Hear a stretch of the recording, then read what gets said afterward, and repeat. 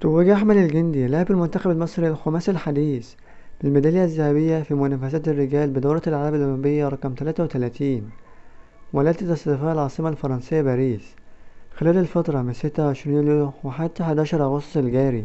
واستطاع البطل المصري التتويج بالذهب عن جدارة بعد تحقيقه 1555 نقطة ليحقق رقم أولمبي جديد. وكان الجندي قد تأهل إلى النهائي بعد تصدره منافسات قبل النهائي وتحطيم الرقم الأولمبي مسجلا 1516 نقطة.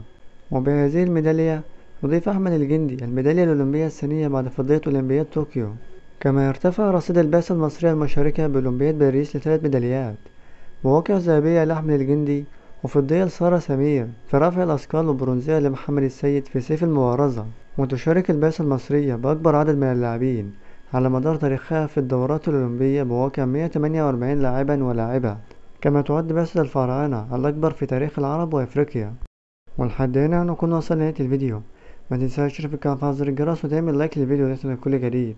والسلام عليكم ورحمة الله وبركاته.